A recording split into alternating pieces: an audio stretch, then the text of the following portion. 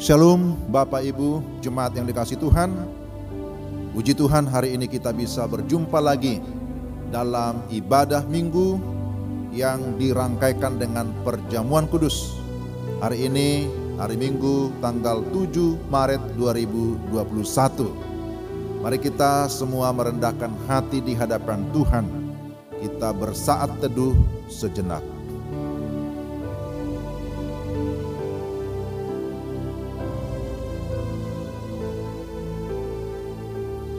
Mari kita berdiri bersama-sama. Kita akan mengawali kebaktian kita hari ini dengan memuji Tuhan dari Kidung Keesaan nomor 337 ayat 1 dan ayat yang ketiga. Muliakan Allah Bapa, muliakan Putranya, muliakan Roh Penghibur ketiganya yang esa.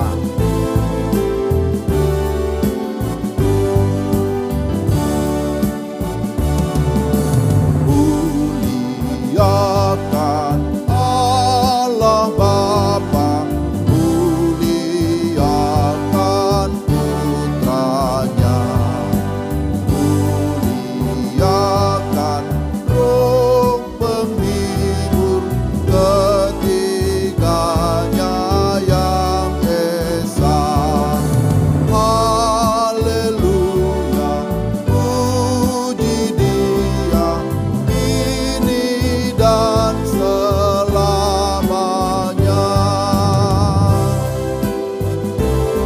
Ayat yang ketiga, muliakan Raja Sorga. Muliakan Raja Sorga, Raja Gereja yang esa, Raja bangsa dunia, langit bumi nyanyilah. Haleluya, puji Dia, Raja Maha Mulia. Haleluya, puji Dia, Raja Maha Mulia.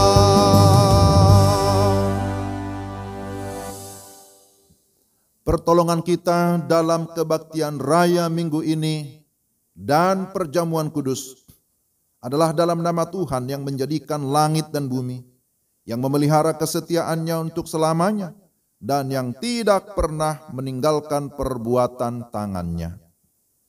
Kasih karunia dan damai sejahtera dari Allah Bapa kita dan dari Tuhan Yesus Kristus serta penghiburan Roh Kudus menyertai kita sekalian. Haleluya.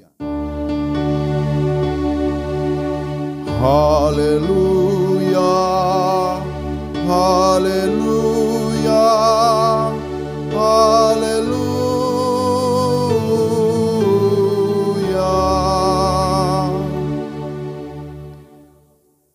Nas pembimbing dalam ibadah kita hari ini diambil dari Mazmur 100 ayat 1 sampai 5.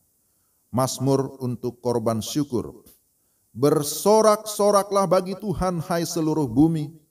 Beribadahlah kepada Tuhan dengan sukacita. Datanglah ke hadapannya dengan sorak-sorai. Ketahuilah bahwa Tuhanlah Allah. Dialah yang menjadikan kita dan punya Dialah kita, umatnya dan kawanan domba gembalaannya. Masuklah melalui pintu gerbangnya dengan nyanyian syukur, ke dalam pelatarannya dengan puji-pujian. Bersyukurlah kepadanya dan pujilah namanya. Sebab Tuhan itu baik, kasih setianya untuk selama-lamanya, dan kesetiaannya tetap turun-temurun.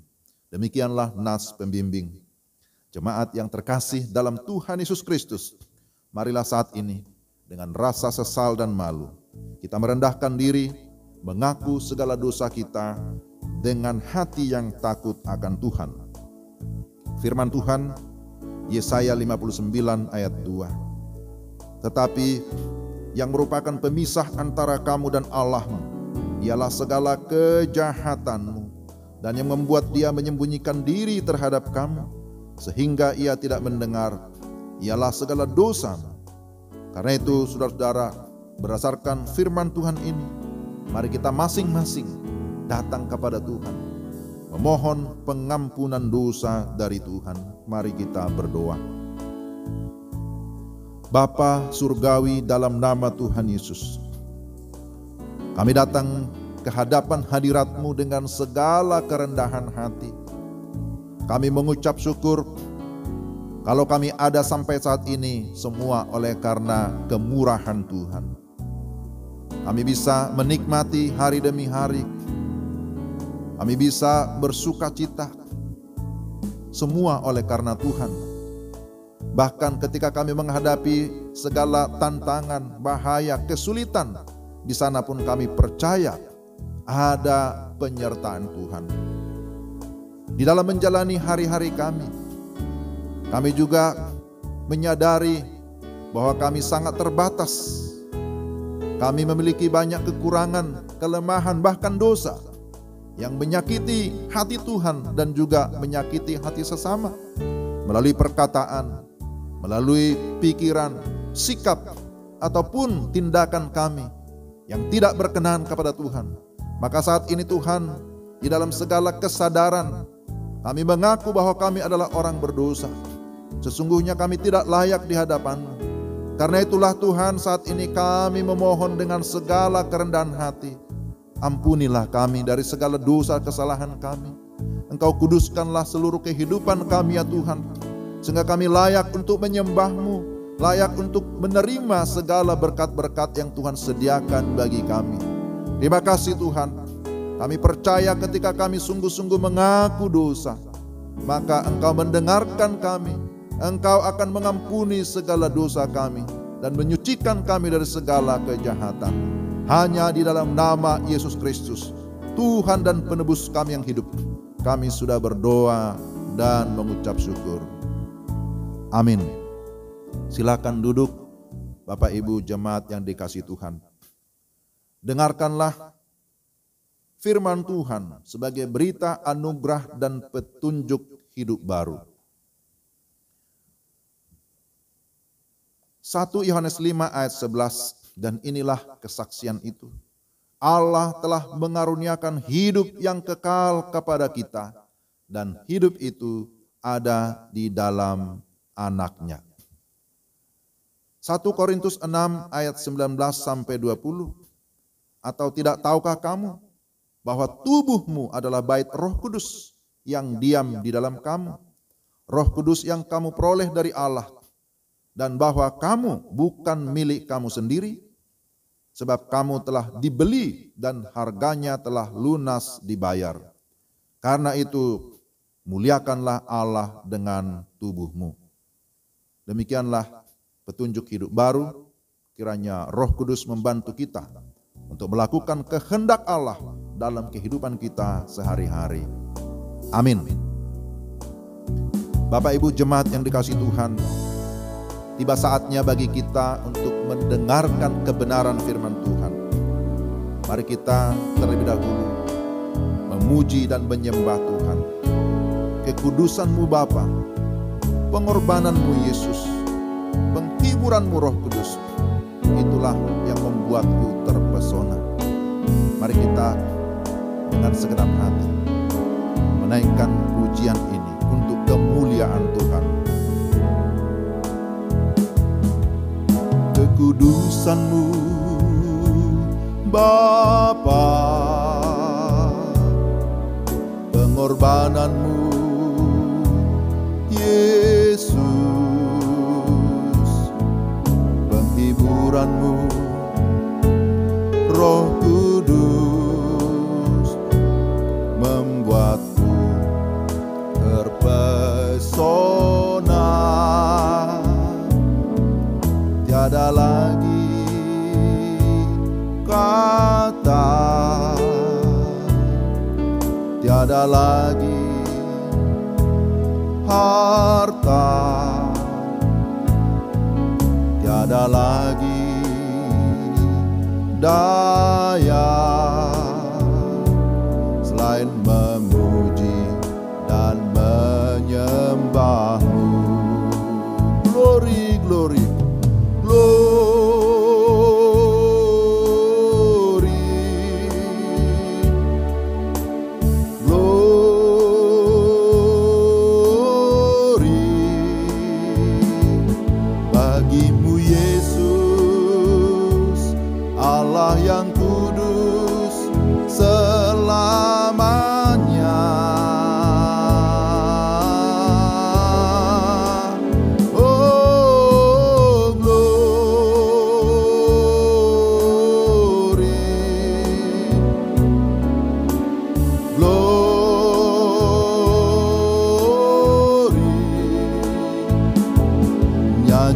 hosana bagi Sang Raja, haleluya.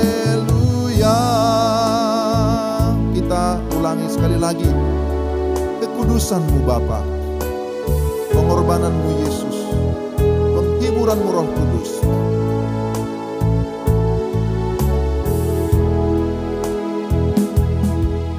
Kekudusan-Mu Bapa, pengorbanan-Mu Yesus, penghiburan-Mu Roh Kudus, membuatku terpesona. Tiada lagi kata, tiada lagi harta, tiada lagi daya selain memuji dan menyembah-Mu. Katakan glory, glory, glory.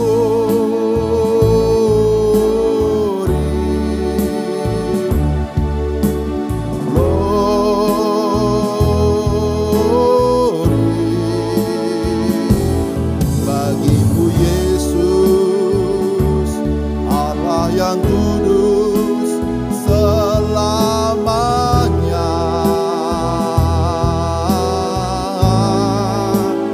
Oh, glory, glory. Nyanyi hosana bagi Sang Raja, haleluya. Glory, glory, glory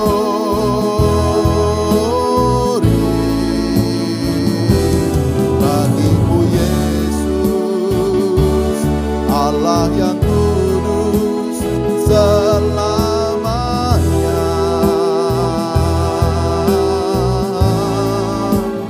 Oh, glory,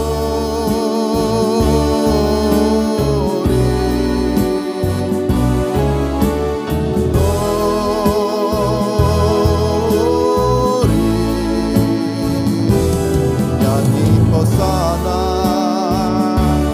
bagi Sang Raja, haleluya. Nyanyi hosana, nyanyi hosana bagi Sang Raja, haleluya.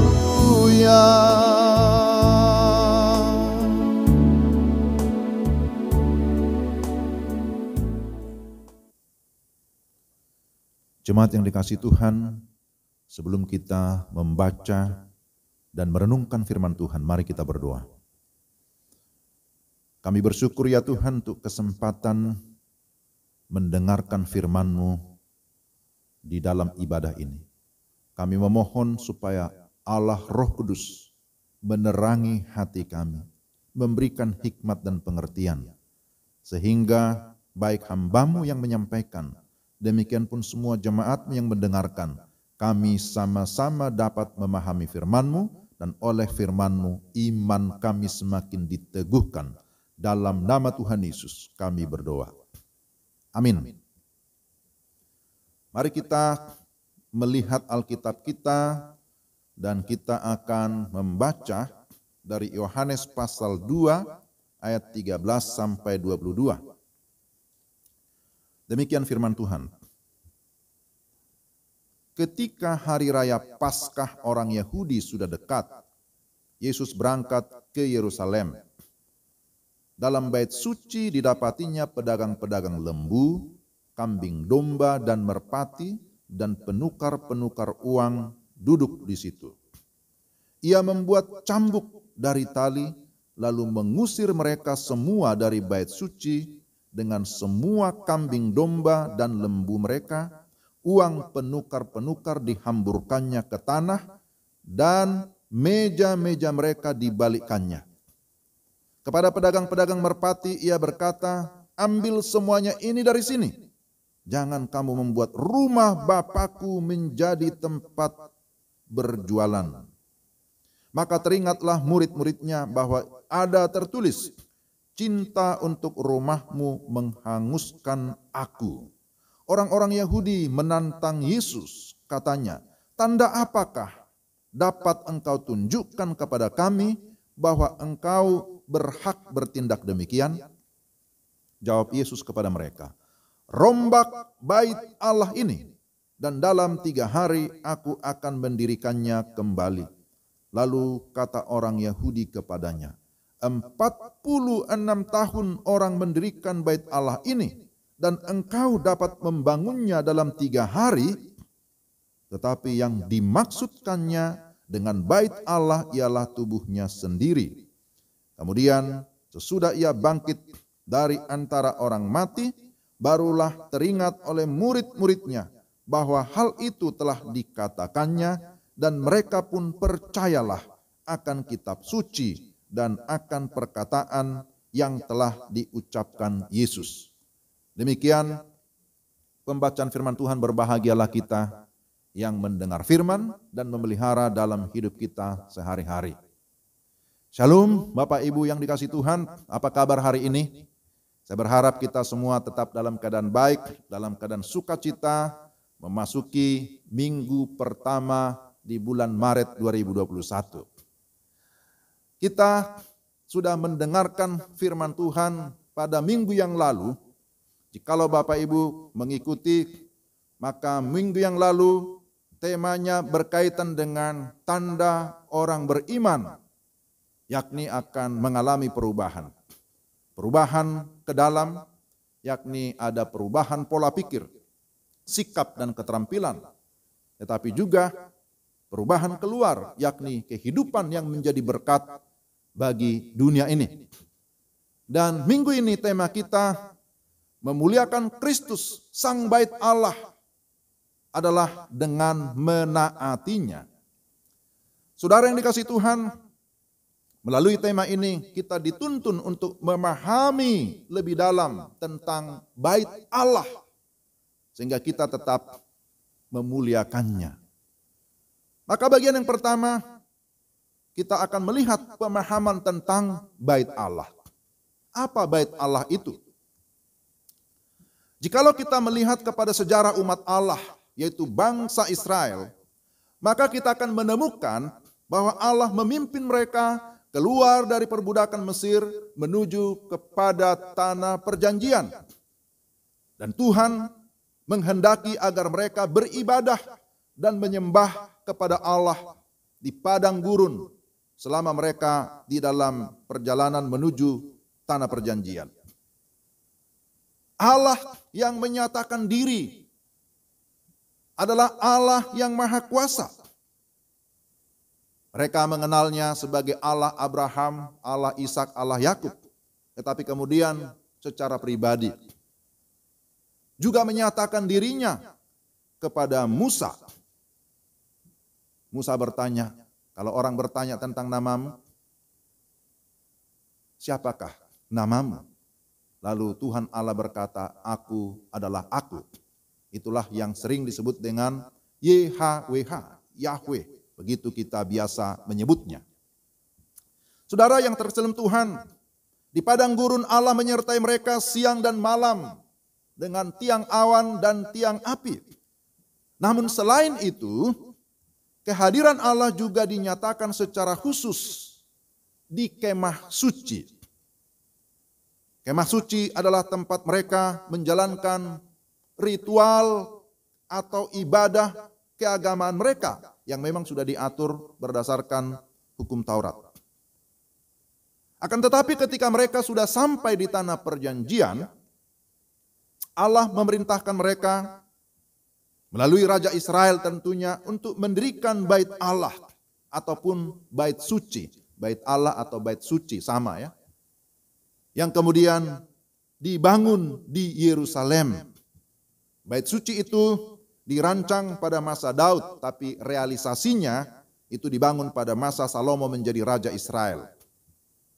Jadi saya sedikit menyinggung tadi tentang latar belakang umat Tuhan. Bahwa dahulu mereka di padang gurun mendirikan kemah suci. Tetapi setelah sampai di tanah perjanjian, maka di sana dibangun bait suci. Saudara yang terkasih dalam Tuhan, bait suci atau bait Allah menjadi sentral atau pusat keagamaan orang-orang Yahudi. Di bait Allah Tuhan bertahta. Di bait Allah Tuhan hadir memberkati umatnya.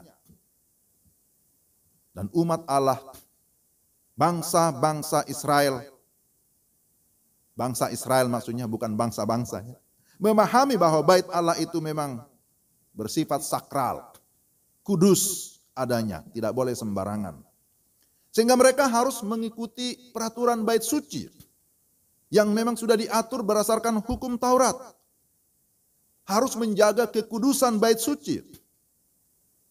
Di sana diatur bagaimana berkaitan dengan persembahan, korban-korban, dan juga sudah diatur berkaitan dengan pembagian tempat yang ada di bait suci. Ada ruang maha kudus, ada ruang kudus, ada pelataran dalam, tapi kemudian ada pelataran luar. Dan saudara yang dikasihi Tuhan, ketika penahbisan bait suci, maka Salomo berdoa agar Allah juga memberkati jikalau ada orang asing atau non-Israel yang juga datang ke bait Allah untuk berdoa. Itu kita bisa lihat di dalam 1 Raja-Raja pasal 8 ayat 41 sampai dengan ayat 43. Jadi bait suci itu bukan hanya berlaku atau bukan hanya bisa dipakai oleh orang-orang Yahudi, tetapi juga oleh non-Yahudi atau bangsa asing. Tetapi tempat mereka ada di pelataran luar. Nah itulah sebabnya saudara-saudara dikatakan bahwa bait Allah itu adalah rumah doa bagi segala bangsa. Yesaya 56 ayat 3 sampai 7. Kemudian di dalam Markus pasal 11 ayat yang ke-17 di sana juga disebutkan bahwa bait Allah adalah rumah doa bagi segala bangsa. Bait Allah di Yerusalem itu sudah pernah mengalami pembaruan ya, restorasi beberapa kali. Pada zaman Zerubabel, juga pada zaman Herodes memerintah. Tetapi pada akhirnya mengalami kehancuran pada masa ya Romawi ya, di mana pada saat Jenderal Titus ya memimpin. Kemudian bait Allah itu akhirnya mengalami kehancuran. Saudara, di dalam teks yang kita baca, orang Yahudi meminta tanda. Dan Yesus berkata, rombak bait Allah ini. Dan dalam 3 hari aku akan mendirikannya kembali. Itu di dalam ayat yang ke-19. Ya, hal ini menunjuk pada kematian dan kebangkitan Yesus pada hari ketiga. Tetapi kita lihat bahwa orang Yahudi tidak percaya. Karena mereka tidak memahami bait Allah yang sesungguhnya. Mereka tidak mengenal Yesus sesungguhnya. Mereka menolak bahwa Yesus itu adalah bait Allah atau bait suci. Dan kita perhatikan sebagai catatan di sini dalam ayat 22, setelah kebangkitan Yesus, murid-muridnya teringat perkataan Yesus dan akhirnya ya mereka pun percaya. Saudara yang dikasihi Tuhan, bait Allah di Yerusalem memang menjadi pusat ibadah, tetapi hanya bersifat fisik, bersifat sementara. Tetapi sekarang kehadiran Allah dinyatakan di dalam wujud manusia, yaitu di dalam Yesus Kristus. Yesus Kristus adalah bait Allah yang hidup bait Allah yang kekal. Perhatikan dalam ayat 21. Ayat 21, tetapi yang dimaksudkannya dengan bait Allah ialah tubuhnya sendiri. Bait Allah yang fisik itu sudah dihancurkan, sudah tidak ada di Yerusalem. Tetapi bait Allah yang rohani, yang sudah bangkit dan hidup kekal, itulah Yesus Kristus. Yesus Kristuslah yang menjadi pusat daripada ibadah kita, pusat penyembahan orang-orang yang percaya. Sebab di dalam Yesus Kristus sudah tergenapi semua janji Allah bagi umatnya. Yesus adalah merupakan penyataan Allah yang tertinggi. Dia adalah Mesias, dia adalah Tuhan dan Juru Selamat bagi segala bangsa. Dan hal yang menarik kemudian bahwa setiap orang yang percaya kepada Yesus Kristus juga disebut sebagai tempat kediaman Allah Roh Kudus. Sehingga kita juga dipanggil atau disebut sebagai bait Allah yang kudus. Kita bisa lihat seperti di dalam 1 Korintus 3 ayat 16, juga di dalam 2 Korintus 6 ayat 16. Bahwa orang-orang yang percaya kepada Kristus disebut sebagai bait Allah. Nah, ini berbicara tentang bait Allah dan kiranya kita bisa memahami dengan baik. Yang kedua, saudara-saudara, setelah kita memahami tentang bait Allah, bagaimana sikap kita terhadap bait Allah? Konteks bacaan kita mengisahkan tentang Yesus Kristus yang datang ke bait Allah yang ada di Yerusalem menjelang hari Paskah orang Yahudi. Dia datang ke bait Allah bukan sebagai tamu, tetapi sebagai pemilik bait Allah itu sendiri. Dan ketika Yesus tiba di bait Allah, dia mendapati pedagang-pedagang lembu, kambing domba dan merpati dan penukar-penukar uang duduk di situ. Ayat 13 sampai 14. Kemudian Yesus sangat marah. Karena marahnya dia dengan sengaja membuat cambuk dari tali. Dan kemudian mengusir mereka semua dari bait suci. Dengan semua kambing domba dan lembu mereka. Uang penukar-penukar dihamburkannya. Dan meja-meja mereka dibalikkannya. Itu di dalam ayat yang ke-15. Saudara, ketika menyaksikan hal yang demikian, maka teringatlah murid-muridnya bahwa ada tertulis, cinta untuk rumahmu menghanguskan aku. Ayat 17. Ini merupakan kutipan dari Mazmur 69 ayat yang ke-10. Saudara, mengapa Yesus begitu marah? Sampai ia membuat cambuk dan mengusir mereka semua dari bait suci. Tentu ada alasan. Pertama bahwa bait suci adalah tempat menyembah kepada Allah. Tetapi mereka di sana menjadikan uang sebagai berhala. Memang awalnya nampaknya mereka melakukan di sana tukar menukar uang, kemudian menyediakan korban-korban persembahan, awalnya bersifat pelayanan, mau membantu orang-orang yang mau datang memberikan persembahan di bait Allah. Tetapi pada akhirnya bukan lagi pelayanan, sudah berubah menjadi bisnis. Nah, ini menjadi persoalan. Fokusnya bukan lagi kepada Allah, fokusnya bukan lagi pelayanan kepada Allah, tetapi fokusnya sekarang berubah menjadi uang. Dan ini jelas tidak lagi memuliakan Allah, tidak lagi memuliakan bait suci, tidak lagi menguduskan bait suci. Bukan memuliakan Tuhan tetapi memalukan Tuhan. Nah, inilah yang membuat Yesus marah. Yang kedua, bait suci adalah tempat yang sakral, tempat yang sangat dikuduskan, tempat yang sangat dihormati, bukan hanya oleh orang Yahudi tetapi juga bangsa-bangsa lain. Tetapi mereka sudah tidak menjaga kekudusan tempat itu. Mereka tidak lagi menjaga kekudusan hati mereka, tidak lagi menjaga kekudusan motivasi mereka. Mereka hanya mau mencari untung yang besar dan membuat orang miskin semakin miskin karena mereka harus membayar pajak bait suci. Dan ini tentu kondisi yang sangat menyedihkan, membuat Yesus begitu marah.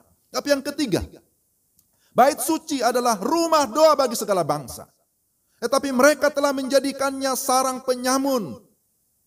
Jikalau kita melihat di dalam Markus pasal 11 ayat 17, di sana disebutkan, mengapa engkau membuat rumah ini, bait ini menjadi sarang penyamun?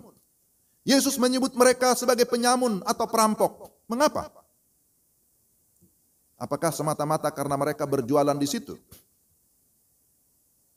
Mereka disebut sebagai penyamun karena mereka menguasai semua pelataran bait Allah, dipakai untuk berjualan, untuk kepentingan diri mereka sendiri, yang seharusnya tempat itu bisa dipakai oleh bangsa-bangsa lain yang mau beribadah, yang mau berdoa kepada Allah. Tetapi apa yang terjadi? Mereka tidak memberi ruang atau kesempatan kepada bangsa lain untuk datang kepada Allah. Nah, ini adalah sesuatu yang bertentangan dengan misi Yesus. Bukankah Yesus itu datang untuk segala bangsa? Bukankah rumah doa itu dikatakan rumah doa bagi segala bangsa? Tetapi mereka menghalang-halangi orang untuk datang ke bait Allah. Atau dengan kata lain, mereka menutup akses bagi bangsa-bangsa lain. Dan ini adalah tentu satu kejahatan. Itulah sebabnya Yesus begitu marah dan menyebut mereka sebagai perampok ataupun penyamun. Mereka tidak mengasihi bangsa-bangsa lain. Mereka tidak mau berbagi. Mereka tidak peduli kepada orang lain. Mereka hanya mementingkan diri mereka sendiri. Itu sama saja artinya bahwa mereka tidak menghormati Allah. Mereka tidak lagi menghormati firman Allah yang sudah disampaikan sejak zaman perjanjian lama. Sejak masa Salomo memerintah menjadi raja di Israel. Dengan demikian, itu juga berarti bahwa mereka tidak menghormati Yesus sama sekali. Tetapi sebaliknya mereka menolak Yesus yang datang dan menyatakan diri sebagai bait Allah yang hidup dan yang berkuasa. Saudara-saudara yang terkasih dalam Tuhan, apa yang merupakan kesimpulan dan aplikasi bagi kita? Bait Allah secara fisik atau bangunan di Yerusalem memang sudah tidak ada.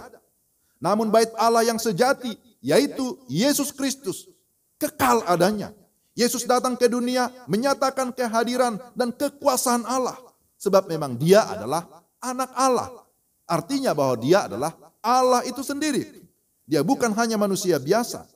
Tetapi sekali lagi, Yesus adalah Allah.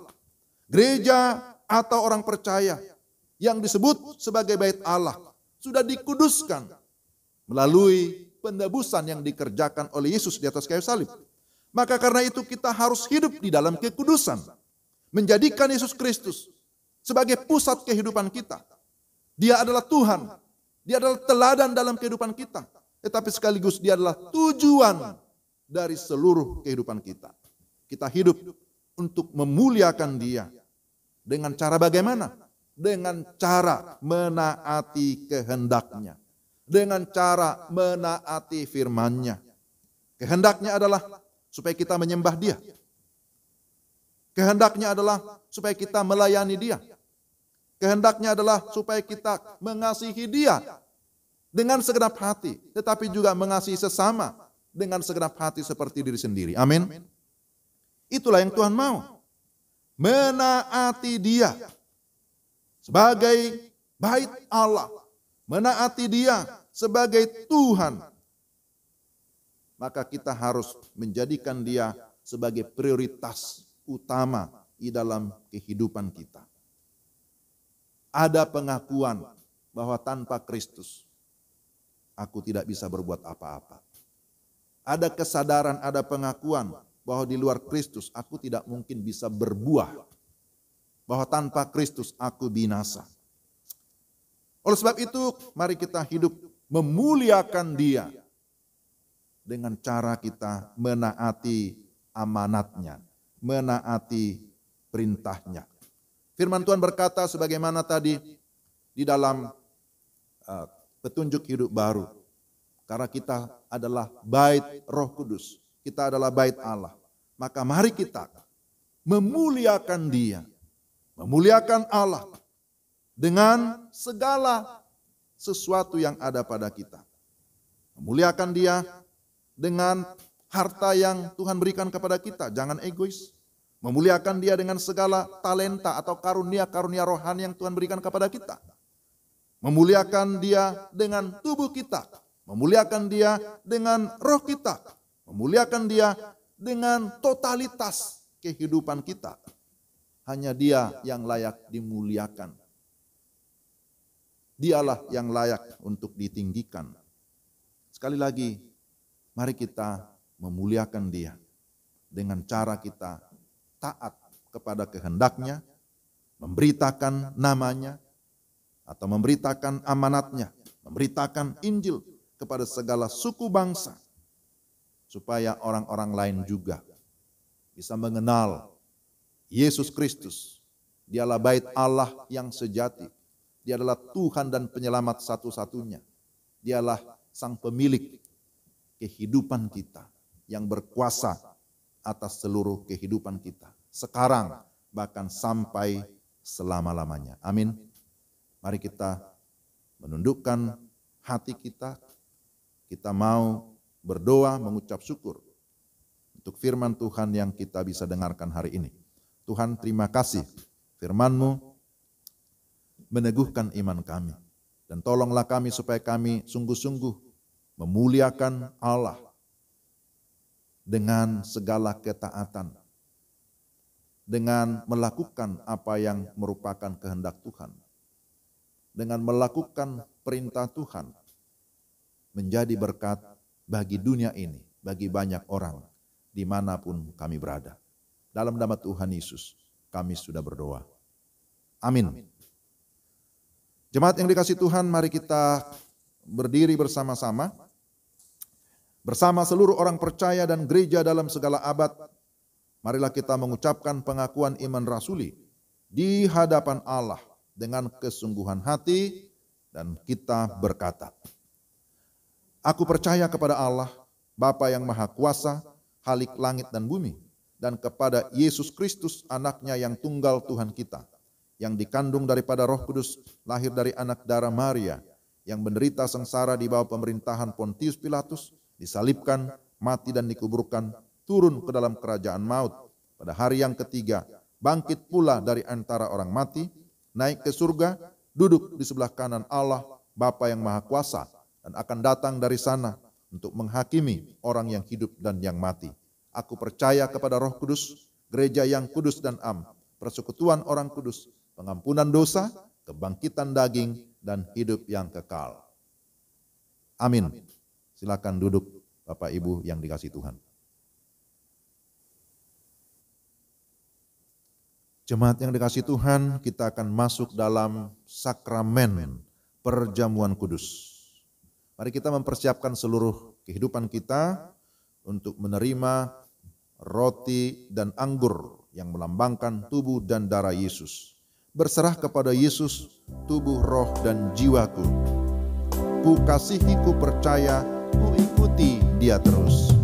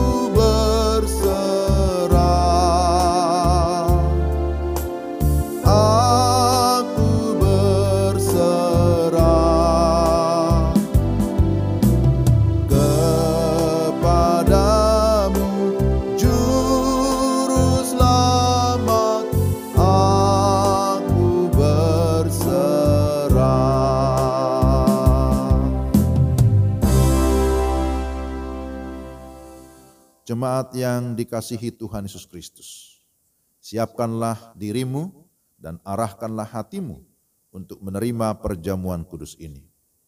Dengarkanlah ketetapan perjamuan kudus.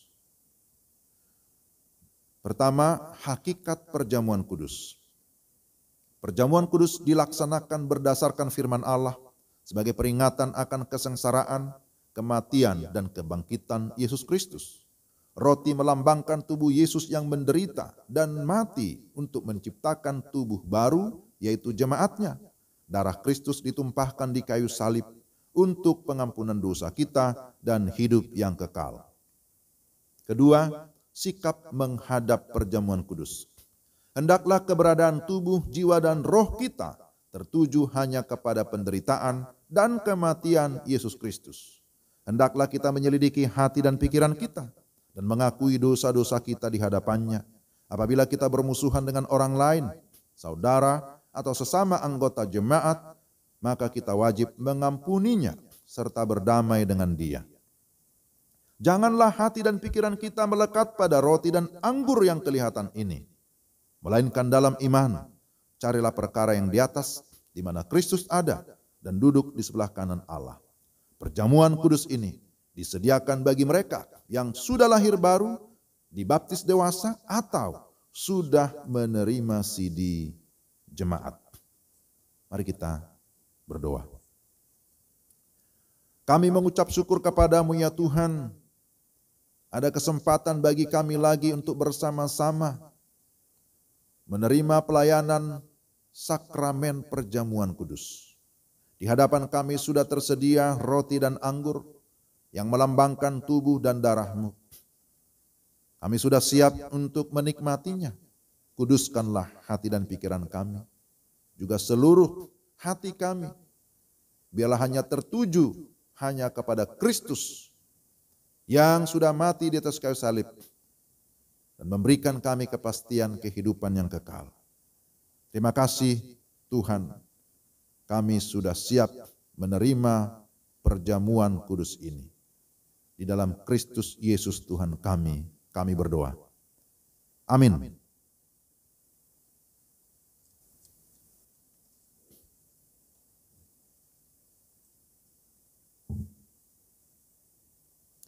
Yesus mengambil roti, mengucap berkat, dan memecah-mecahkannya.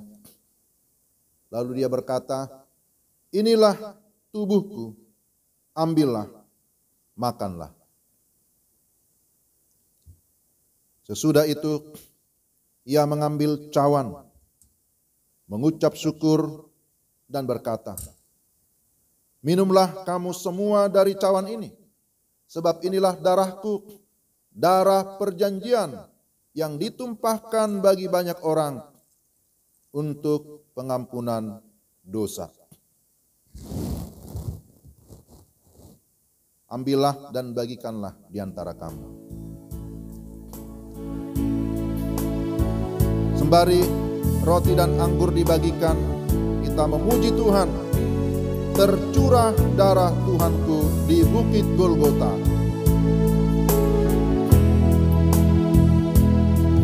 Tercurah darah Tuhanku di bukit Golgota.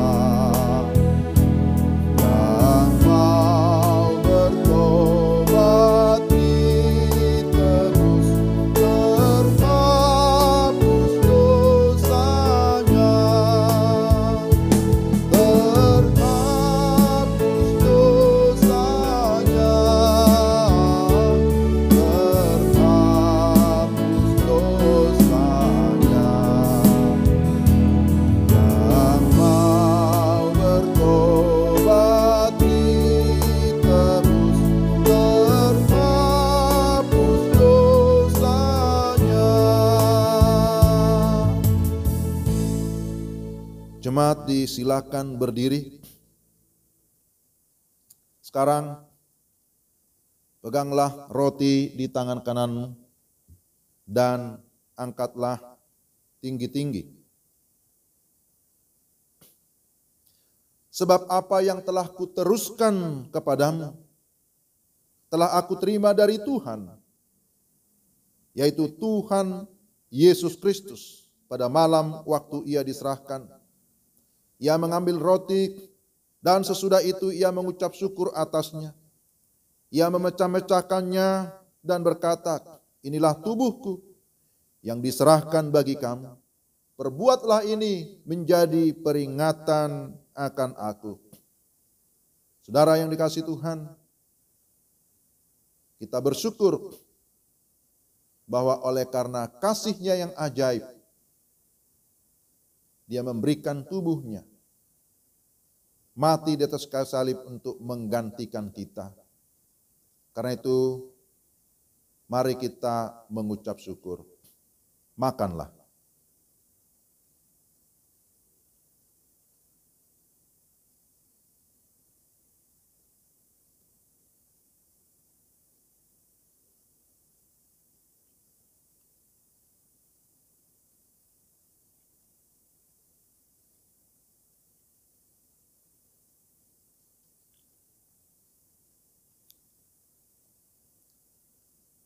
Sekarang peganglah cawan anggur di tangan kananmu dan angkatlah tinggi-tinggi, dengarkanlah firman Tuhan.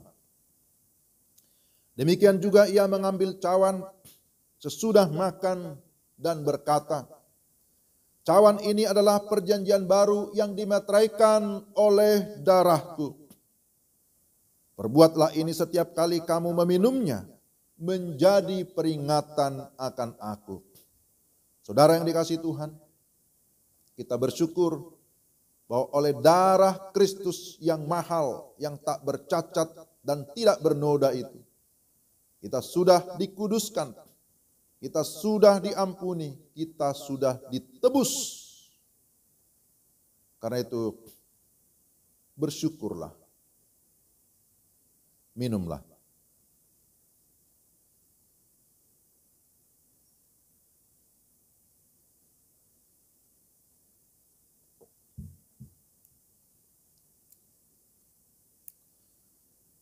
Masing-masing kita merendahkan hati, menundukkan kepala, bersyukur kepada Tuhan atas segala kebaikan-Nya, atas anugerah-Nya di dalam kehidupan kita masing-masing. Jemaat yang dikasihi Tuhan, ingatlah bahwa setiap kali kamu makan roti ini dan minum dari cawan ini, kamu memberitakan kematian Tuhan Yesus sampai Ia datang. Mari kita berdoa. Tuhan, terima kasih untuk perjamuan kudus yang kami sudah nikmati pada saat ini. Kami sudah makan dan minum, dan kami sungguh dikuatkan dan diteguhkan. Tolonglah kami ya Tuhan, supaya dalam menjalani kehidupan kami tiap-tiap hari, kami tidak melupakan tanggung jawab kami, yaitu bahwa kami harus memberitakan nama-Mu, mengabarkan Injil kepada orang yang belum percaya, supaya mereka pun memiliki kepastian keselamatan. Terima kasih Tuhan untuk perjamuan kudus hari ini. Kami sudah berdoa dan mengucap syukur di dalam Kristus Yesus Tuhan kami. Amin. Silakan duduk Bapak Ibu yang dikasihi Tuhan. Bapak Ibu jemaat yang dikasihi Tuhan, tiba saatnya kita akan memberikan persembahan kita kepada Tuhan. Mari kita mempersiapkan persembahan kita, persembahan syukur, persepuluhan, juga untuk persembahan untuk perpanjangan kontrak ruko. Mari kita memberi dengan sukacita. Firman Tuhan dalam Matius 6 ayat 31 sampai 33. Sebab itu janganlah kamu khawatir dan berkata, apakah yang akan kami makan? Apakah yang akan kami minum? Apakah yang akan kami pakai? Tetapi carilah dahulu kerajaan Allah dan kebenarannya, maka semuanya itu akan ditambahkan kepadamu. Mari kita menaikkan pujian dari NKB 199. Sudahkah yang terbaik kuberikan?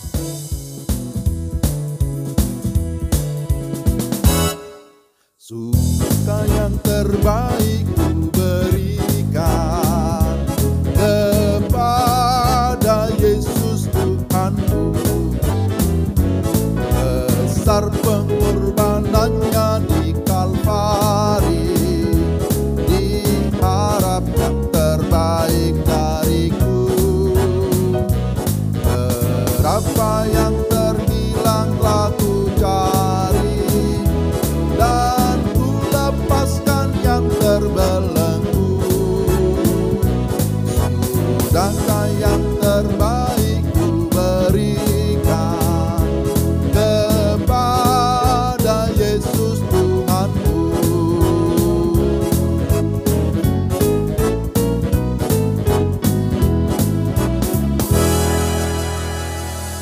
Mari kita berdoa syafaat. Bapa di surga, dalam nama Tuhan Yesus, terima kasih Engkau memberikan kami kesempatan untuk memberikan persembahan, baik tanda syukur kami, persembahan persepuluhan, persembahan untuk pelayanan gereja di tempat ini.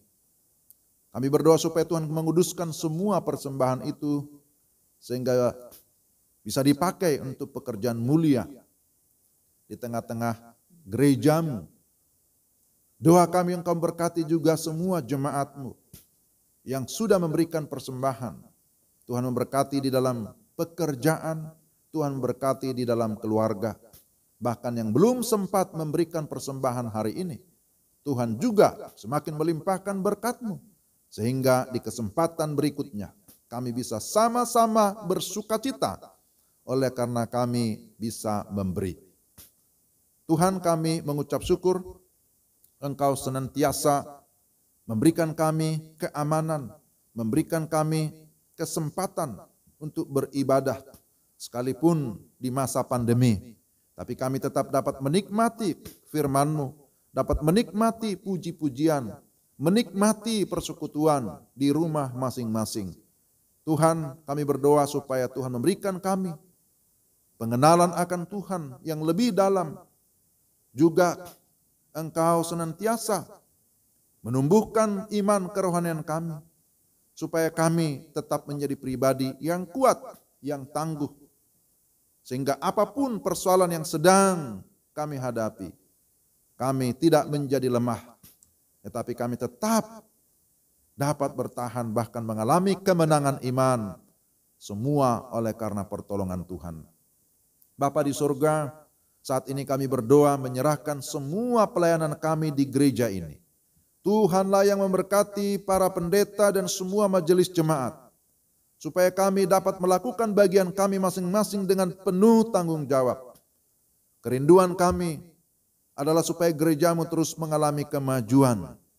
Kami bisa melayani bukan hanya di tengah-tengah jemaat lokal, tetapi juga kami bisa melayani orang-orang lain, suku-suku lain yang belum terjangkau oleh Injil. Karena itu berikanlah kepada kami hati yang sungguh-sungguh mengasihi Tuhan, tetapi juga mengasihi orang lain. Doa kami untuk para misionaris yang ada di berbagai tempat, baik di dalam negeri maupun di luar negeri. Secara khusus keluarga Pak Charles Ematan di Kamboja. Tuhan terus memakai mereka untuk terus melayani dengan kesetiaan. Tuhan memberikan mereka kemampuan, Tuhan mencukupkan apa yang diperlukan, sehingga kehadiran mereka di sana bisa lebih efektif dan bisa menjangkau lebih banyak orang-orang di Kamboja bagi kemuliaan Tuhan. Bapa di surga, kami berdoa juga menyerahkan ke dalam tangan-Mu untuk bangsa dan negara kami Indonesia. Di tengah-tengah pandemi COVID-19, kiranya Tuhan memberikan senantiasa hikmat bijaksana kepada pemerintah kami, supaya mereka dapat melakukan kerjasama yang baik, khususnya saat ini dalam program vaksinasi yang sedang dijalankan.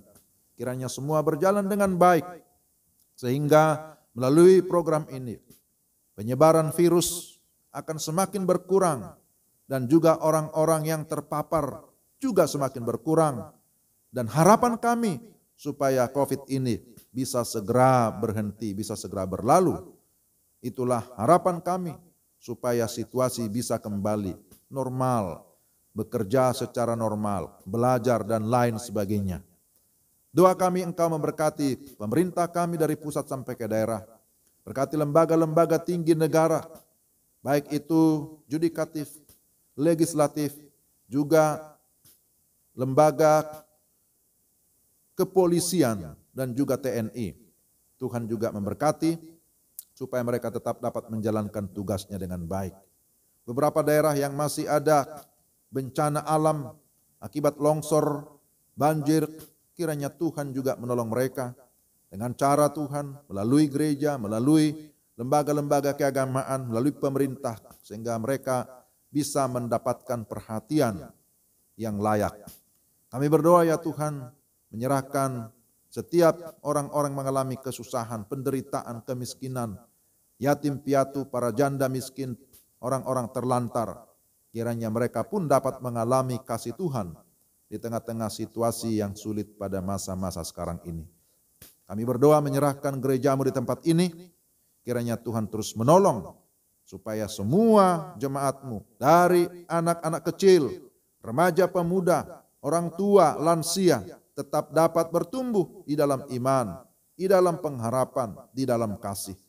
Kami doakan untuk orang tua yang sudah lanjut usia, untuk Bapak dan Ibu Sebayang, Bapak dan Ibu Pesik, Bapak Opusunggu, Bapak dan Ibu Runturambi, Bapak Sumarsono dan Ibu, Opa Fari dan Ibu, Bapak Anwar, Ibu Dora Tiambun Hersok, Opung Maruli Silalahi, Opung Olosinta Berutobing, Bapak Bastian Tuaidan, Oma Eki Palanto, Ibu Fatila Batee, Bapak Tigor Simatupang, Bapak Angkup Situmeang, Bapak Raden Stopo, Bapak Pangaribuan, Bapak Sabar Gultom, Eyang Ian Mas Paitela. Kami berdoa supaya di dalam masa tua mereka tetap memiliki semangat hidup dan memiliki keteguhan iman. Berikan juga kekuatan dan kesehatan, sukacita menjalani hari-hari ini, dan kehidupan mereka dipakai oleh Tuhan menjadi berkat bagi anak cucu, bahkan bagi banyak orang. Kami juga berdoa untuk beberapa anggota jemaatmu yang sedang dalam keadaan sakit, yang membutuhkan kesembuhan dan pemulihan.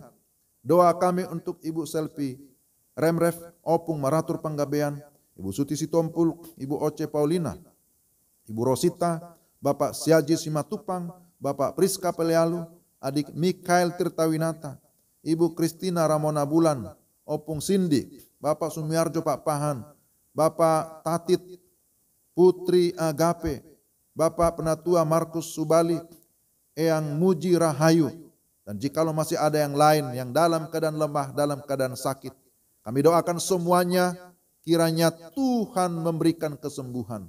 Kami berdoa supaya Tuhan memberikan keteguhan iman, Tuhan menguduskan kehidupan mereka, memberkati kehidupan mereka, juga makan, minum, obat-obatan yang konsumsi, semua berguna untuk pemulihan mereka.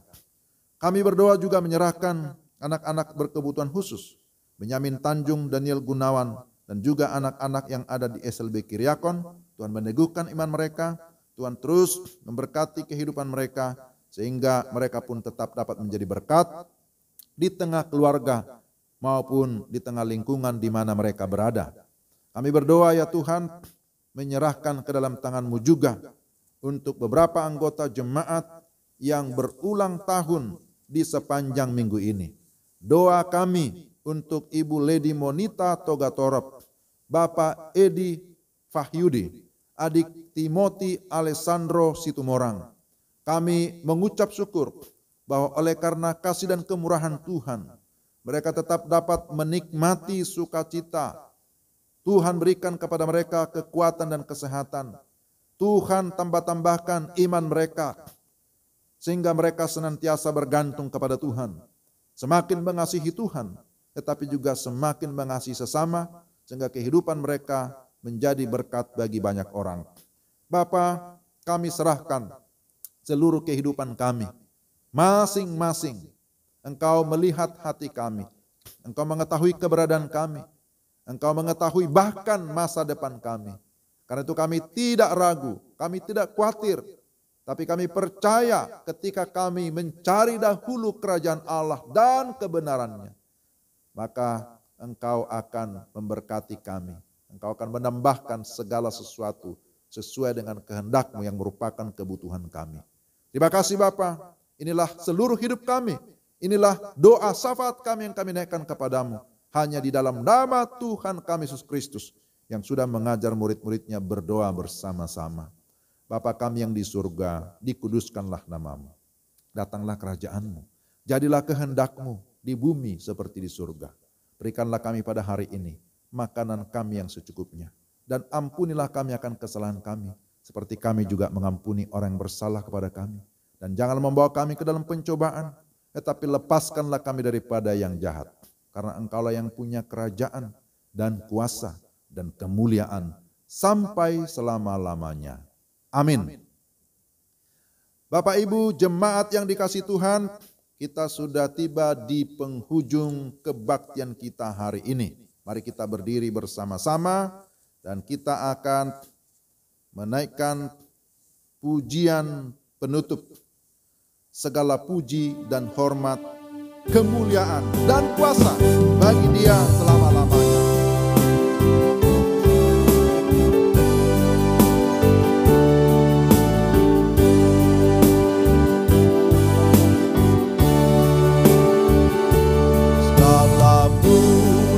Dan hormat, kemuliaan dan kuasa bagi Dia selama-lamanya. Segala puji dan hormat, kemuliaan dan kuasa bagi Dia selama-lamanya. Bagi Dia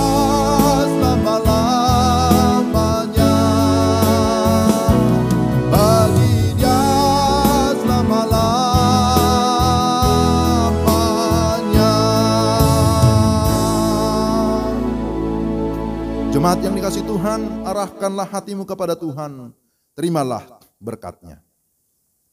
Tuhan memberkati engkau dan melindungi engkau. Tuhan menyinari engkau dengan wajah-Nya dan memberi engkau kasih karunia. Tuhan menghadapkan wajah-Nya kepadamu dan memberi engkau damai sejahtera. Amin. Amin.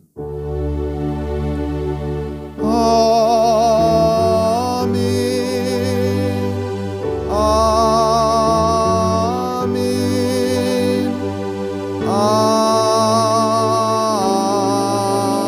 Amin. Amin. Bapak Ibu silakan duduk. Kita bersyukur ibadah kita hari ini dapat berjalan dengan baik.